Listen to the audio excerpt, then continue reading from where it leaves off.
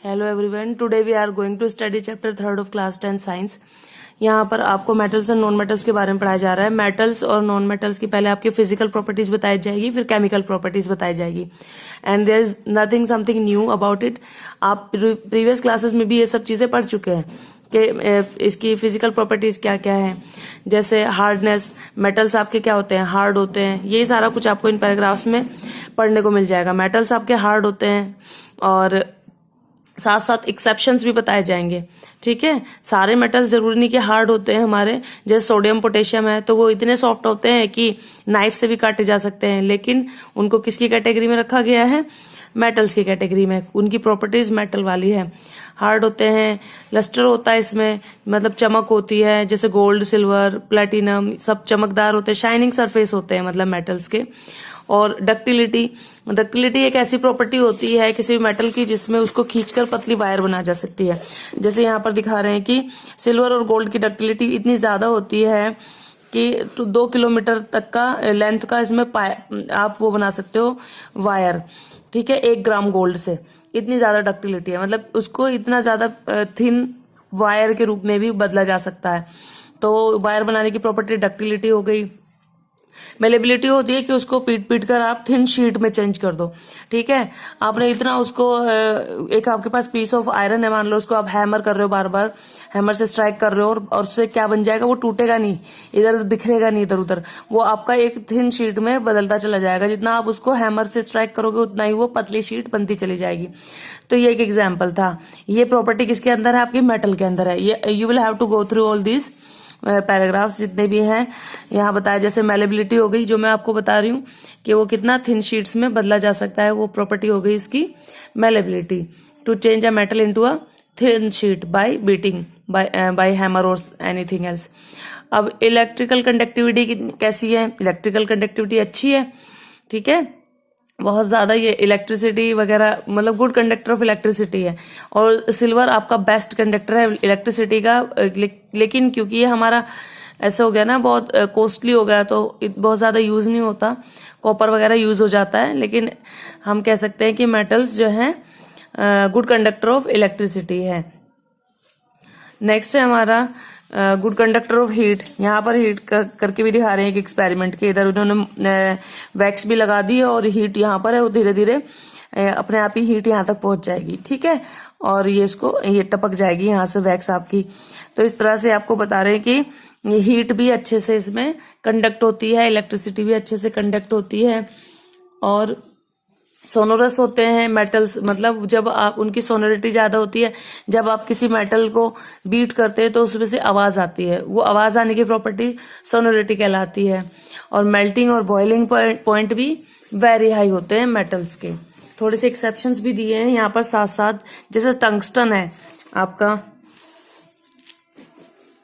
ठीक है, टंगस्टन है, उसको आप जो बल्ब वगैरह में यूज होते हैं, टंगस्टन यूज होते हैं। एक ऐसा मेटल है जिसका बहुत हाई मेल्टिंग पॉइंट है हमारा। और कुछ ऐसे भी हैं मेटल्स जैसे गैलियम है, उनको आप हाथ पे भी रख लोगे तो हथेली की आंच हीट से ही वो पिघल जाएंगे।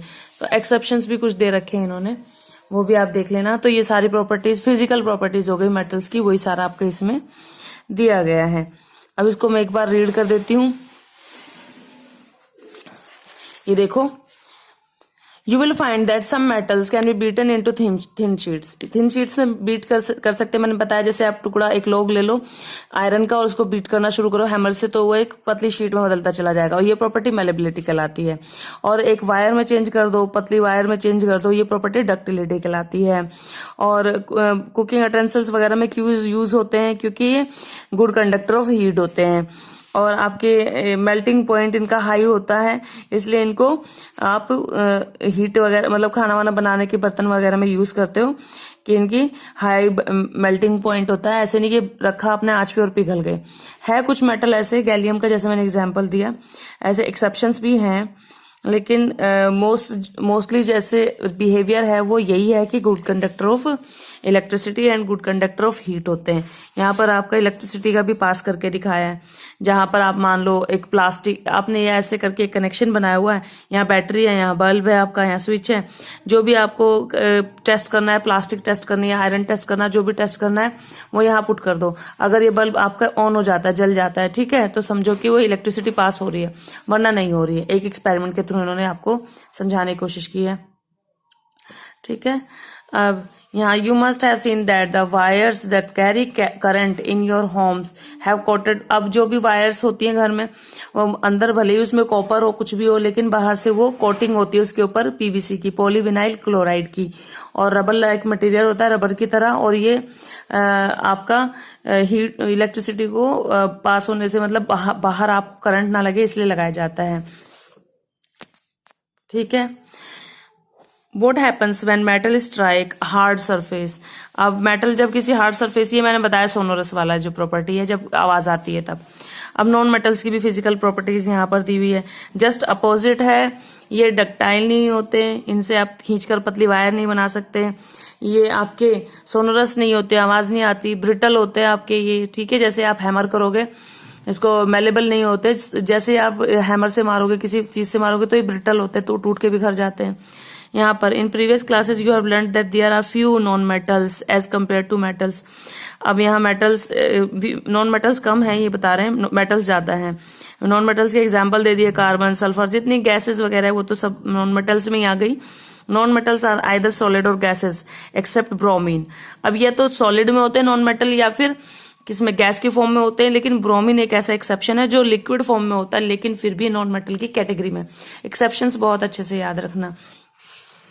अब यहाँ एक एक्टिविटी दी है, तो यहाँ पर वही चीजें सारी आपको दे दिया है। कोई एलिमेंट जैसे कार्बन है, उसका सिंबल लिखो, उसका सरफेस कैसा है, शाइनी है कि नहीं है।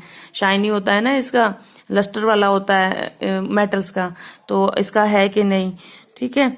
अब अच्छा एक चीज ध्यान रखना, ये सारे जो है हैमर वगैरह से टूट जाते हैं नॉन मेटल्स, तो ये नहीं है। डायमंड का एक एक्सेप्शन है यहाँ पर। डायमंड एक ऐसा नॉन मेटल है जो आप बहुत हार्ड होता है, ठीक है। तो ये सारे पढ़ लेना आप। इसमें कुछ प्रॉपर्टीज जो भी आपकी जस्ट अपोजिट चल रहा है, जो भी आपने पीछे पढ़ा है ना। अब ये जो एक्टिविटी करने के बाद, उसके बाद आपको क्या कंक्लूजन मिलता है, ऑल मेटल्स एक्सेप्ट मरकरी। जब आप वो लेते हो, इसमें नॉन मेटल्स के एग्जांपल लेते हो, तो मरकरी एक ऐसा आपका यहाँ पर एग्जांपल आ गया।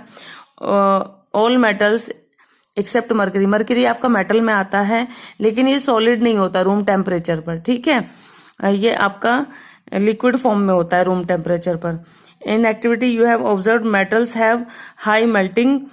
अब ये जो एक्टिविटी है, इसमें आपको दोनों ही तरह के वो लेने थे सैंपल्स, मेटल्स के भी और नॉन मेटल्स के भी। तो यहाँ जो सैंपल्स हैं उनके बारे में जो भी आपकी रिकॉर्डिंग आई है वो बताते जा रहे हैं हम। मरकरी के बारे में जैसे बता दिया, गैलियम, सेजियम, ये जो दो है, गैलियम और सेजियम, कैजियम, ये आपके लो मेल्टिंग पॉइंट है। मैंने बताया ना, हथेली पे रखते पिघल जाएंगे। टंगस्टन है, उसका बहुत हाई मेल्टिंग पॉइंट है, वो आपके बल्ब वगैरह में जो अंदर होता है ना, जो जलता है, मेन जो चीज होती है वो टंगस्टन के बने होते हैं। हीटर वगैरह, कॉइल वगैरह सब टंगस्टन के बने होते हैं। ये iodine is non metal but it is less. अब ये एक्सेप्शंस बता रहे हैं, इनको बहुत ध्यान से रीड करना। आयोडीन जो है नॉन मेटल में है, लेकिन इसमें शाइन है, जबकि नॉन मेटल्स में तो शाइन नहीं होनी चाहिए, मेटल्स में होनी चाहिए। Carbon is a non metal that can exist in different form. अब कार्बन नॉन मेटल में आता है, लेकिन इसके एलोट्रोप बहुत है। एलोट्रोप इसके बहुत है, जैसे डायमंड, इसका एक एलोट्रोप है जो कि बहुत हार्ड है, ठीक है। और हार्डेस्ट नेचुरल सब्सटेंस में आता है आपका डायमंड, जो कि एक नॉन मेटल है। इसका बहुत हाई मेल्टिंग पॉइंट होता है, बॉइलिंग पॉइंट होता है। ग्रेफाइट भी इसी का एक रूप है, कार्बन का ही, एक अनदर एलोट्रोप ऑफ कार्बन, जो कंडक्टर ऑफ इलेक्ट्रिसिटी है। इससे इलेक्ट्रिसिटी पास हो सकती है। एल्कली मेटल से जैसे lithium, sodium, potassium are soft that they can cut with knife. अब ये कुछ आपके एल्कली मेटल्स हैं, ये नाइफ से काटे जा सकते हैं, जबकि मेटल्स तो हार्ड हैं, ज़्यादातर। They have low density and low melting point, इनका वजन भी कम है और मेल्टिंग पॉइंट भी कम है। तो ये सारी प्रॉपर्टीज आप पढ़ने के बाद इन क्वेश्चंस के आंसर दे दो। गिव द फॉलोइंग, मेटल्स के नेम बताने हैं। Is a metal at room temperature, liquid है, ऐसा मेटल है जो लिक्विड है रूम टेम्परेचर पे, तो मरकरी आपने पढ़ा है। Can be easily cut with a knife, sodium potassium है, नाइफ से काट लो आप इनको। लिथियम भी है। Is the best conductor of heat, silver है बट हम यूज नहीं करते उसको ज्यादा महंगा होने की वजह से। Is a copper, is a poor conductor of heat. Now we will study about the chemical properties of metals. अच्छा, यहाँ पर आपका ये जो पुअर कंडक्टर ऑफ हीट है वो आपका लेड होगा, ठीक है। ये जो आपकी एक्सरसाइज दी है उसमें पुअर कंडक्टर ऑफ हीट आपका होगा लेड और शीशा। Explain the meaning of malleable and ductile, तो मेलेबल आपको पता ही है, जब उसको बीट करके when something is beaten up to make a thin sheet तो वो आपका मेलेबल है। और डक्टाइल मतलब जब उसको आप थिन वायर में चेंज कर सके तो वो आपका डक्टाइल है। ये आपने पीछे पढ़ लिया है। अब केमिकल प्रॉपर्टीज में आप देखिए कि किस किस चीज के साथ रिएक्शन के बाद मेटल्स क्या देते हैं और नॉन मेटल्स क्या देते हैं। मेटल्स जब, what happens when metals are burned in air, अब ये सारी एक्टिविटीज के थ्रू भी बताया और यहाँ आपको आप इसके रिएक्शंस भी दिए हैं कि मेटल्स जब कंबाइन होता है ऑक्सीजन के साथ तो मेटल ऑक्साइड देता है आपको, जैसे मेटल प्लस ऑक्सीजन तो मेटल ऑक्साइड। कॉपर है, कॉपर भी एक मेटल है, ठीक है, कॉपर एक मेटल है और उसका ऑक्सीजन के साथ रिएक्शन हुआ तो कॉपर ऑक्साइड्स मिला। ऐसे ही आपका एल्यूमिनियम एक मेटल है जिसका ऑक्सीजन के साथ रिएक्शन हुआ तो एल्यूमिनियम ऑक्साइड मिला। आपके ऑक्सीजन जो है रिएक्ट करता है जब मेटल के साथ तो मेटल ऑक्साइड्स बनते हैं।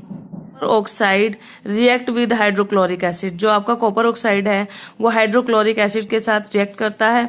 और metal oxides are basic in nature, तो मेटल ऑक्साइड्स जितने भी होते हैं आपके बने हैं ऊपर जैसे ये, इनका नेचर क्या है, बेसिक। आपको बेसिक और एसिड में डिफरेंस पता ही है। But some metal oxide such as aluminium oxide, zinc oxide, both acidic as well as basic behaviour. तो एक्सेप्शंस आपको हर जगह याद रखने हैं। यहाँ पर आपके कुछ मेटल्स है जो बेसिक और एसिडिक दोनों तरह का बिहेवियर रखते हैं। Such metal oxides which react with both acid as well as bases to produce salts and water. Amphoteric oxide जो है आपके वो वाले मेटल ऑक्साइड्स हैं जो एसिड्स और बेसिस दोनों के साथ रिएक्ट करके सॉल्ट और वाटर हमें देते हैं। जैसे आपका ये यहाँ एग्जाम्पल दिया है, हाइड्रोक्लोरिक एसिड के साथ रिएक्शन होगा तो आपका यहाँ पर एक सॉल्ट भी मिल जाएगा आपको, जो ये यहाँ पर एक सॉल्ट और आपको क्या मिल गया है, दूसरा वाटर, ठीक है, वाटर रिलीज हो गया। ऐसे यहाँ एम्फोट्रिक ऑक्साइड्स है जो कि एसिड के साथ और बेस के साथ, ये HCl हाइड्रोक्लोरिक एसिड और सोडियम हाइड्रोक्साइड, ये आपके दोनों एक एसिड और एक बेस है, दोनों के साथ रिएक्शन दिखाया हुआ सेम चीज का। एक बार दोनों ही बार सेम चीज दी है उसने, आपको सॉल्ट दिया और वाटर दिया है। तो इस तरह के आपके ऑक्साइड्स एम्फोट्रिक ऑक्साइड्स हो गए। Most metal oxides are insoluble in water, metal oxides ज्यादातर सॉल्युबल नहीं होते, पानी में नहीं घुलते। But some of these dissolve in water, उसमें से कुछ घुल जाते हैं और क्या बनाते हैं, alkalis. Sodium oxide and potassium oxide dissolve in water to produce alkalis as follow. अब सोडियम ऑक्साइड और पोटेशियम ऑक्साइड पानी में घुल जाते हैं और आपको एल्कलीज प्रोड्यूस करते हैं, जो कि आपके इस तरह से होंगे, सोडियम हाइड्रोक्साइड और potassium hydroxide. Next, we have observed in activity 3.9 all metals do not react with oxygen at the same rate। अब ये भी आप लोग को पीछे एक्टिविटी में 3.9 एक्टिविटी जो बताई गई है इसके थ्रू आप इसको पढ़ लेना।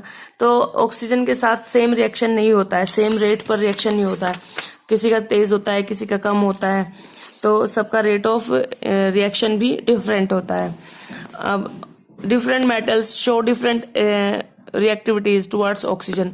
metals such as potassium, sodium, oxygen के लिए डिफरेंट मेटल की डिफरेंट रिएक्शन है, मतलब कोई ज्यादा रिएक्ट करेगा कोई कम करेगा। सोडियम पोटेशियम वो हाईली रिएक्ट करते हैं, क्या आप अगर खुले में छोड़ दो उसको ओपन में तो वो कैच फायर, मतलब वो फायर पकड़ लेते हैं, आग लग जाती है उनको, इसीलिए आप केरोसिन ऑयल में रखते हो। ठीक है। और कुछ हैं जो बिल्कुल भी ऑक्सीजन के साथ रिएक्ट नहीं करते। सिल्वर गोल्ड है, कितना भी हवा में छोड़ दो, कैसे भी पहन लो, कोई भी रिएक्शन नहीं होता। तो यहाँ आप एग्जांपल्स देख लीजिए कि क्या किस कौन कौन से मेटल्स किस तरह का बिहेवियर कर रहे हैं ऑक्सीजन की प्रेजेंस में, ऑक्सीजन के साथ कैसा रिएक्शन हो रहा है। Copper does not burn but the hot metal is coated with black coloured layer copper oxide. ये सारा कुछ इसमें आपको दिया हुआ है, कौन से मेटल किस तरह से रिएक्ट कर रहा है। अब यहाँ एनोडाइजिंग क्या होती है? Anodising is the process of forming a thick oxide layer of aluminium. Aluminium की एक पतली लेयर जब हम बनाते हैं तो वो प्रोसेस कहलाती है एनोडाइजिंग। अच्छा, क्यों बनाते हैं? Aluminium develops a thin oxide layer when exposed to air. Aluminium develops a thick oxide layer when expose to air. Aluminium एक मेटल है, जब आप ऑक्सीजन की मतलब एयर में छोड़ दोगे तो वो उसके बाहर एक पतली सी लेयर बन जाएगी ऑक्साइड की, क्योंकि मेटल्स तो ऑक्साइड बनाते हैं ना, आपने पीछे पढ़ा है ऑक्सीजन के साथ मेटल ऑक्साइड बनाते हैं, ठीक है। तो उसके ऑक्साइड की एक लेयर बन जाएगी, पतली layer. This aluminium oxide coat make it resistant to further corrosion. अब वो जो कोटिंग हो गई वो आगे उसको कोरोजन होने से रोकेगी, ठीक है। आगे जाके वो ऐसे नहीं खराब नहीं होगा, वो जो लेयर बना ली वो एक तरह से उसको प्रोटेक्ट करने के लिए है। The resistance can be improve further by making the oxide layer thicker. अब और भी ज्यादा प्रोटेक्ट किया जा सकता है एल्यूमिनियम को अगर वो लेयर और भी ज्यादा मोटी कर दी जाए। During anodising a clean aluminium article is made the anode and is electrolysed with dilute sulphuric acid. तो उसी वही प्रोसेस है कि वही सोचा कि थिन लेयर से इतना प्रोटेक्ट हो रहा है तो थिक कर दे, उस लेयर को थोड़ा मोटा कर दे। तो हम क्या करते हैं, क्लीन एल्यूमिनियम का आर्टिकल जो भी सामान है वो ले लेंगे और उसको एज ए एनोड रखेंगे और उसको इलेक्ट्रोलाइज करने के लिए क्या लेंगे, डाइल्यूट सल्फ्यूरिक एसिड लेंगे। ऑक्सीजन गैस निकलेगी इस प्रोसेस में at the anode. Oxygen gas evolve at the anode reacts with aluminium to make thicker protective oxide layer. तो जो ऑक्सीजन आपकी गैस इवॉल्व होगी इस प्रोसेस में वो क्या करेगी आपकी एल्यूमिनियम पर एक मोटी लेयर बना देगी। भाई ऑक्सीजन के साथ रिएक्शन करके जब पतली लेयर बन रही थी तो हम उसी चीज को अपने इस प्रोसेस में मोटी लेयर बनाने में यूज करेंगे और ऑक्सीजन ही हेल्प करेगी, ठीक है। ऑक्सीजन ही इवॉल्व हो रही है और एज ए एनोड उसको रखा गया है एल्यूमिनियम को ताकि उस पर मोटी लेयर बन जाए। This oxide layer can be dyed easily to give aluminium article an attractive finish. और ये वो जो लेयर बनेगी उसको डाई कर देते हैं और वो चमक जो आती है शाइनिंग सरफेस दे देती है, अट्रैक्टिव सरफेस। बर्तन वगैरह नए बहुत चमकते हैं इसीलिए। अब हम देखेंगे what happens when metal reacts with water. जब कोई भी मेटल पानी के साथ रिएक्ट करता है तो क्या होता है। इसके लिए एक एक्सपेरिमेंट किया है यहाँ पर। यहाँ आपका मेटल जो भी आप देखना चाहते हैं जिसका रिएक्शन, उसका एक सैंपल लेंगे। यहाँ पर ग्लास वुल सोक्ड। अब यहाँ पर आप कुछ पानी में सोक करके ग्लास वुल टाइप का ले लेंगे और फिर यहाँ आपने ये जो भी यहाँ से आपकी भाप निकले, जो भी निकलेगा उसको कलेक्ट करेंगे ऐसे पानी में और यहाँ देखते हैं कि आपको क्या मिलता है। तो यहाँ आपको दिखा रहे हैं कि हाइड्रोजन गैस मिलेगी, ठीक है। तो ये आपका आउटपुट हो गया इस सारे प्रोसेस का, हाइड्रोजन गैस। अब यहाँ भी ये जरूरी नहीं कि सारे मेटल जो है वो पानी के साथ रिएक्ट करे या सेम चीज बनाए। यहाँ आपको दिया है metal reacts with water and produce a metal oxide and hydrogen gas. Metal water के साथ रिएक्ट करते हैं तो मेटल ऑक्साइड बनाते हैं और हाइड्रोजन गैस निकलती है। Metal oxide that are soluble in water.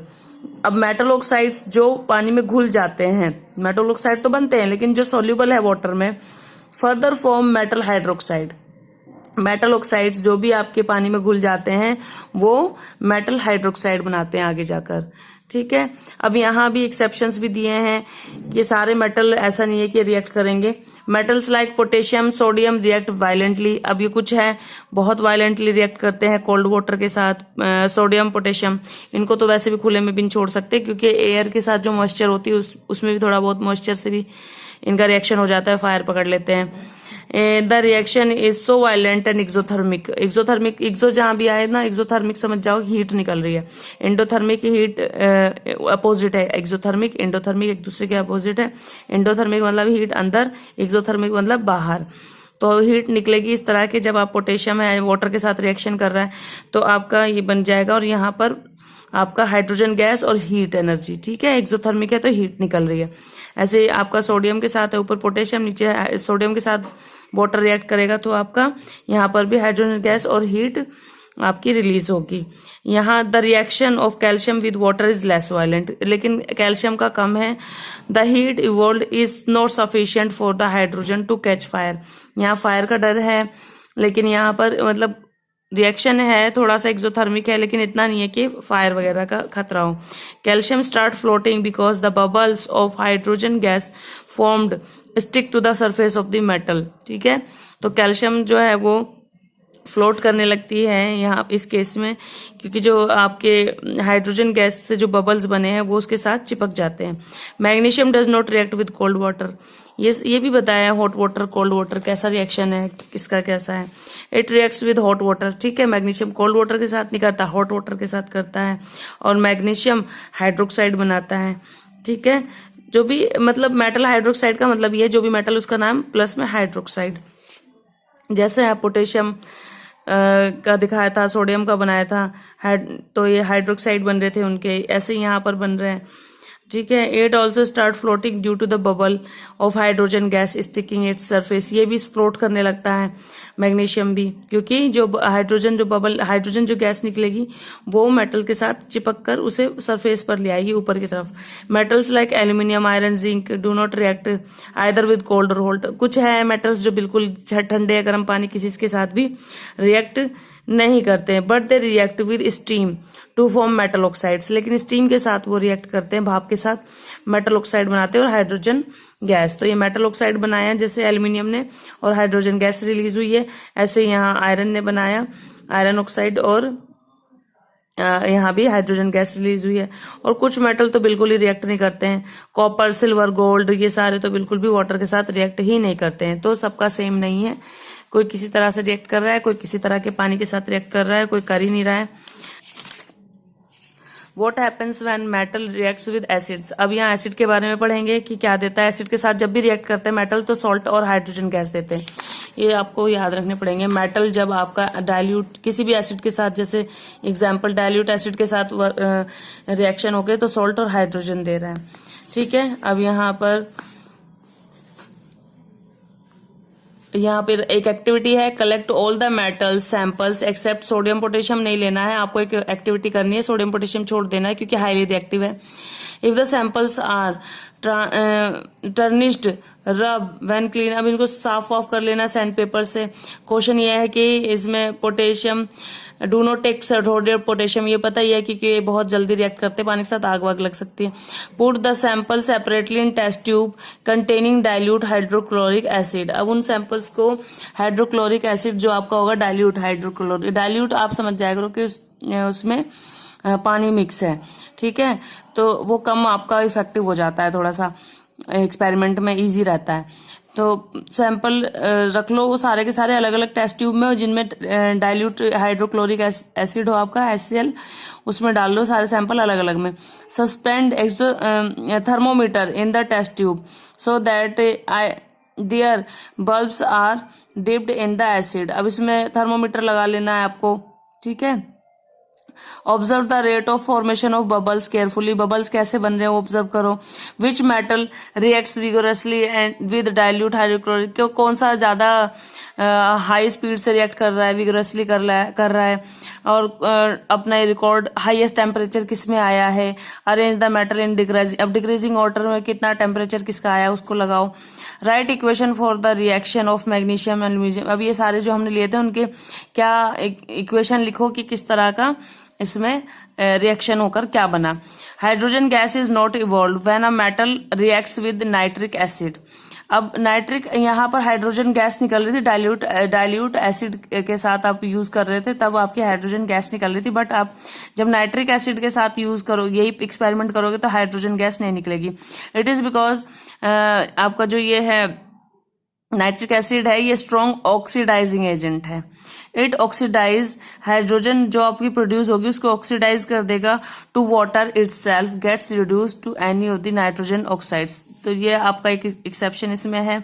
But magnesium and manganese reacts with very dilute, जो यहाँ भी एक्सेप्शन दे रखे हैं हर जगह के, मैग्नीशियम और मैग्नीज के केस में जो है हाइड्रोजन गैस निकलती है।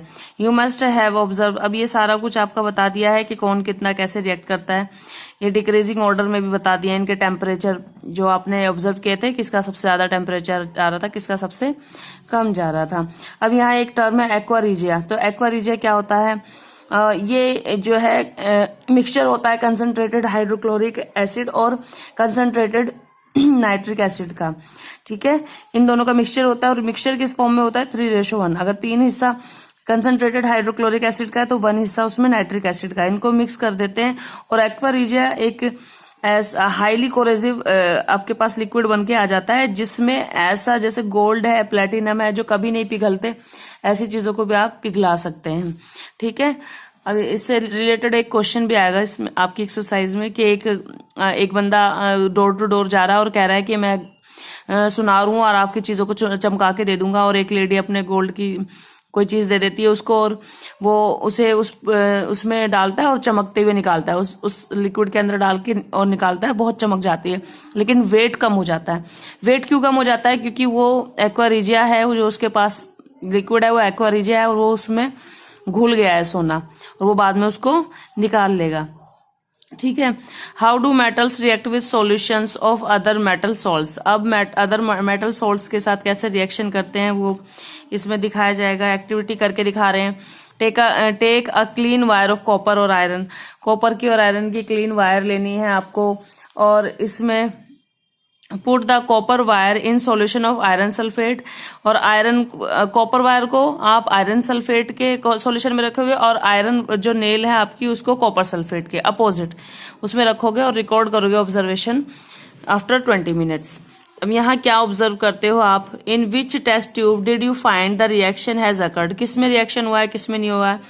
On what basis can you say that reaction has actually taken place. अब रिएक्शन हुआ भी है तो आप कैसे बताओगे कि क्या रिएक्शन हुआ है। How can correlate your observation, कैसे कोरिलेट करोगे बाकी जो आप पहले कर चुके हैं चीजें, एक्सपेरिमेंट्स उनसे। Right balance chemical equation, name the type of reaction. तो यहाँ पर देखो कॉपर सल्फेट मतलब आपने जो आयरन नेल है वो कॉपर सल्फेट में डाली है, और जो कॉपर वायर है वो आपने आयरन सल्फेट सॉल्यूशन में डाली है। अदर मेटल सॉल्ट यूज करना था ना। तो यहाँ पर आप देखो कि दिखा भी रहे हैं रिएक्शन क्या हुआ है। Reaction of metals with salt solution. यहाँ आयरन नेल के ऊपर ये कुछ दिखा भी रहे हैं कि हाँ ये इसके ऊपर आ गया है। Reactive metals can displace less. अब यहाँ पर ज्यादा रिएक्टिव जो मेटल है वो लेस रिएक्टिव मेटल को डिस्प्लेस कर देता है, हटा देता है। Less reactive from its compound in solution और मोल्टन फॉर्म। जो भी सॉल्यूशन है या मोल्टन पिघली हुई फॉर्म है उसमें से वो क्या करता है, उसको डिस्प्लेस कर देता है, उसको हटा देता है। We have seen in previous sections that all metals are not equally reactive. अब यहाँ पर आपको ये रिएक्टिविटी सीरीज याद रखनी है। ऊपर हाईली रिएक्टिव है और जैसे जैसे नीचे आएंगे लेस रिएक्टिव हमारी चीजें होंगी। मान लो सोडियम है तो वो आपका कैल्शियम से ज्यादा रिएक्टिव है। अगर सोडियम और कैल्शियम एक साथ आ जाएंगे तो हमारा सोडियम ज्यादा रिएक्टिव है, वो डिस्प्लेस कर देगा कैल्शियम को। तो ये आपका ये सारा चलेगा इसके according. We checked the reactivity of various metals with oxygen. हमने मेटल्स की ऑक्सीजन के साथ देख ली, एसिड के साथ देख ली, but metals do not react with these reagents, so we were not able to put all the metals. अब ये देखा हमने ऑक्सीजन के साथ, एसिड के साथ, वाटर के साथ रिएक्शन करके देख लिया, लेकिन कुछ मेटल्स हम सिर्फ इसके बेसिस पर उनको क्लासिफाई नहीं कर पा रहे हैं। कुछ मेटल्स है जो ऑक्सीजन के साथ नहीं रिएक्ट करते हैं, वाटर के साथ नहीं करते हैं, एसिड के साथ भी नहीं कर रहे हैं। तो हम कैसे उनको कौन सा रिएक्शन करेंगे क्या देखने के लिए। But all metals do not react with these reagents. अब ये सारे के सारे मेटल्स ऐसे हैं कि कोई ऑक्सीजन के साथ कर रहा है, कोई नहीं कर रहा है, कोई वाटर के साथ, जैसे गोल्ड है, आयरन है, प्लेटिनम है, ये सब कहाँ कर रहे थे रिएक्शन। तो यहाँ पर कुछ मेटल्स है जो नहीं करते हैं ऑक्सीजन, वाटर, एसिड के साथ। तो हमें और भी आगे देखना पड़ेगा कि किस तरह से उनके रिएक्शन और उनके कैरेक्टरिस्टिक्स को चेक किया जाए। So we are not able to put all the metal samples we had collected in decreasing order of their reactivity. Displacement reaction studied in chapter, अब चैप्टर 1 में आपने रिएक्शन के टाइप पढ़े थे, डिस्प्लेसमेंट भी था उसमें क्या होता था कि हाईली जो रिएक्टिव है, जो भी आपका मेटल या नॉन मेटल जो भी हाईली रिएक्टिव है आपका, वो लेस रिएक्टिव वाले को हटा देता है। ठीक है, मेटल्स जो भी आपके हाईली रिएक्टिव है वो लेस रिएक्टिव वाले को हटा देता था, डिस्प्लेस कर देता था। उसमें आपका एक डबल डिस्प्लेसमेंट भी था, डिस्प्लेसमेंट और डबल डिस्प्लेसमेंट भी था। उसमें यही लॉजिक था कि जिसका जो इस रिएक्टिविटी सीरीज में ऊपर है वो नीचे वालों को इजिली डिस्प्लेस कर देते हैं, हटा देते हैं। अब जैसे सॉल्ट ए, सॉल्ट सॉल्यूशन बी, या मेटल ए ले लिया हमने, जैसे यहाँ पर ये हो गया, और सॉल्ट सॉल्यूशन ले लिया बी, मतलब जो आपका इसका कॉपर सल्फेट का हमने सॉल्ट सॉल्यूशन इसका हो गया, और ये आपका मेटल हो गया। जब उनका रिएक्शन होगा तो salt solution of A, salt solution जो है वो ए का बनेगा और मेटल बी, मतलब ये चीज इस पे आ जाएगी और वो उसको डिस्प्लेस कर देगा। अब यहाँ पर आपको रिएक्टिविटी सीरीज दी। अब आप देखिए पेज नंबर 47 पर आपको इलेक्ट्रॉनिक कॉन्फ़िगरेशन दिखाई जा रही है, जिसके बेसिस पर आप बताते हैं कि मेटल नॉन मेटल कैसे रिएक्ट करते हैं। तो यहाँ नोबल गैसेस दी हैं। पीरियोडिक टेबल में आप जब देखोगे नेक्स्ट चैप्टर में, तो हर एक आपके metal, non metal, noble gas, metalloid सबका एक नंबर होता है, एटॉमिक नंबर, एटॉमिक मास भी होता है, एटॉमिक नंबर भी होता है। तो जो एटॉमिक नंबर है, जैसे हीलियम का है 2, ठीक है, तो यहाँ पर नियोन का 10, सबका एटॉमिक नंबर है। अब वो एटॉमिक नंबर वो शेल्स के अंदर डिवाइड किया जाता है। सबसे अंदर की शेल K हो गई, उससे बाहर फिर L, फिर बाहर M, फिर बाहर N, ऐसे राउंड कर करके बाहर एक एक शेल होती जाएगी। सबसे अंदर वाली शेल में 2, उससे बाहर वाली में 8, उससे बाहर वाली में 8, उससे बाहर वाली में 18, ऐसे आपकी कॉन्फ़िगरेशन चलती है इलेक्ट्रॉन्स की। तो यहाँ 2 ही थे तो पहली शेल फिल हो गई और खत्म हो गए। यहाँ 10 है आपका एटॉमिक नंबर, तो पहली शेल में 2 और दूसरी शेल में 8। यहाँ 18 है तो पहली शेल में 2, फिर 8 खत्म। जब तक वो खत्म ना हो जाए आपका टोटल, आप उसको फिल करते जाओ।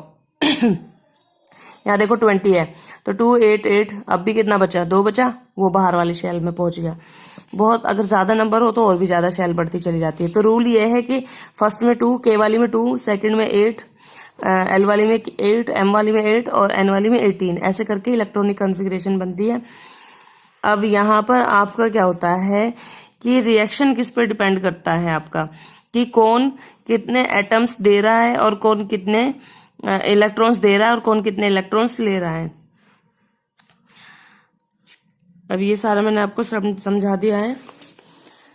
We can see the table. Sodium atom has 1 electron in its outermost shell. अब यहाँ जैसे सोडियम में देखो आप, सबसे बाहर आपका एक ही इलेक्ट्रॉन है। तो if it loses the electrons from its M shell, अगर M shell में से एक इलेक्ट्रॉन हटा दे इसके, और तो इसकी L shell becomes outermost shell and it has become stable। तो हर जब रिएक्शन होता है तो हर मेटल अपने आप को स्टेबल करने की कोशिश करता है। वो कैसे करता है? या तो सबसे बाहर वाली शेल को कंप्लीट करे, या फिर उसमें या तो ले ले इलेक्ट्रॉन्स दूसरे से या उसे दे दे। ठीक है, आउटर मोस्ट शेल को उसे बैलेंस करना होता है। अब जैसे 8 है, बैलेंस है यहाँ पर, लेकिन ये 1 है, 8 होना चाहिए यहाँ भी, तब जाके ये बैलेंस होगी, पूरी फुल्ली फील्ड होगी।